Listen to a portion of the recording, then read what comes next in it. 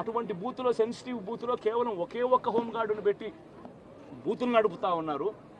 అటువంటి పరిస్థితుల్లో అన్యాయం జరుగుతూ ఉందని చెప్పడం కోసం, అన్యాయం జరుగుతూ ఉన్న వాళ్ళ పక్షాన్ని నిలబడడం కోసం ఎమ్మెల్యే లోపలికి పోయి ఈవీఎంను పగలగొట్టే కార్యక్రమం జరిగింది.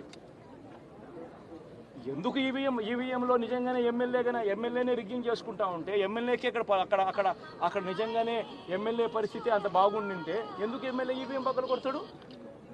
అక్కడ పరిస్థితి బాగలేదనే కదా, అన్యాయం చేస్తూ ఉన్నారనే కదా. అక్కడికి పోయినప్పుడు అన్యాయం చూశాడు కాబట్టే కదా ఈవీఎం పగలగొట్టాడు. ఆ ఈవీఎం ఏదైతే పగలగొట్టిన కేసులు ఏదవుతుందో తనకు బెయిల్ వచ్చింది.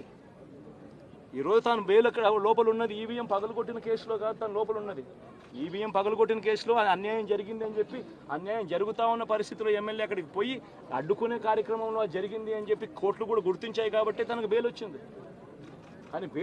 కానీ మళ్ళీ ఆ తర్వాత ఏం జరిగింది? ఆ ఇన్సిడెంట్ జరిగిన 10 రోజుల తర్వాత, ఆ ఇన్సిడెంట్ జరిగిన 10 రోజుల తర్వాత అంటే మే 23వ తారీఖున ఎమ్మెల్యే అక్కడికి వెళ్ళి హత్యాయత్నం చేశాడట. అదే పోలింగ్ బూత్లో హత్యాయత్నం చేశాడంట. ఎవడన్నా బుద్ధునోడు ఎవడన్నా నమ్మదానికి ఉందయ్యా? ఎవడన్నా ఎమ్మెల్యే అనేవాడు అక్కడికి పోయినప్పుడు వాళ్ళు చేస్తూ ఉన్న రిగ్గింగు, ఎమ్మెల్యే దానికి అడ్డుకునే కార్యక్రమం చేస్తూ ఉంటే ఎమ్మెల్యే అక్కడికి పోయి ఎమ్మెల్యే హత్యాయత్నం చేస్తాడా? చెప్పడానికైనా హద్దు పొద్దు ఉండాలి కదా. 10 రోజుల తర్వాత ఎమ్మెల్యే హత్యాయత్నం చేశాడని చెప్పి కేసు పెడతారు 10 రోజుల తర్వాత.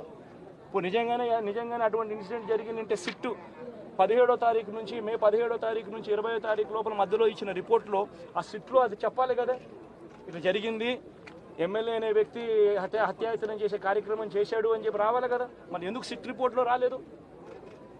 ఈ రకంగా ఒక మనిషిని కేవలం 4 సార్లు ఎమ్మెల్యే, తాను 2000 కన్సిస్టెంట్గా 4 సార్లు ఎమ్మెల్యే గెలిచాడు. 2009లో గెలిచాడు, 2011లో గెలిచాడు, 2014లో గెలిచాడు, 2019లో గెలిచాడు. ఒక మనిషి కన్సిస్టెంట్గా 4 సార్లు ఎమ్మెల్యేగా గెలుస్తూ వస్తున్నాడు అని అంటే ఆ మనిషి మంచోడు కాబట్టే గెలుస్తూ వచ్చాడు, ఆ మనిషి మంచోడు కాబట్టే ప్రజలు ఆశీర్వదిస్తూ వచ్చారు. అటువంటి వ్యక్తిని తీసుకొని వచ్చి తప్పుడు కేసులలో ఈ మాదిరిగా బిగించడం ఎంత మటుకు ధర్మం?